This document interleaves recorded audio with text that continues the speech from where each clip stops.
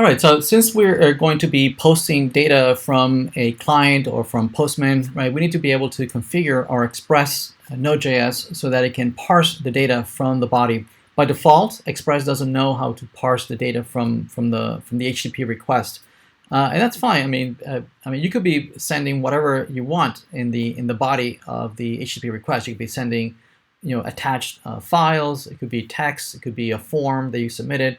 It can be encoded in any number of ways. So in particular, we want to be able to deal with JSON that is encoded inside of the body. So to do that, we're going to use a library that is specifically designed to do this.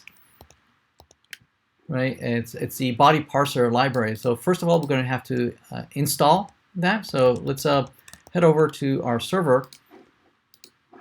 And here we're going to do an npm install a body parser. So body dash parser, save. So that's going to install the library. So once it's installed, we can then import it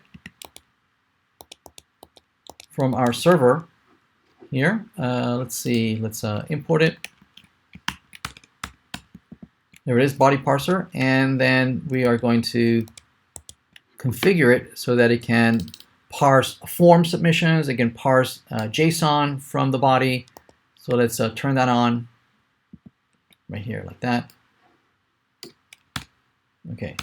So once we have that, we should be able to send JSON data embedded in the body. Okay. So let's try now posting data from Postman. So let's send that over. Okay, there it is. Let's look at the body. Let's hover over there. Notice that now we have the data Dan, Daniel, Craig. Right. So let's continue. And notice that it responds from the server saying that, yeah, we were able to insert a Dan.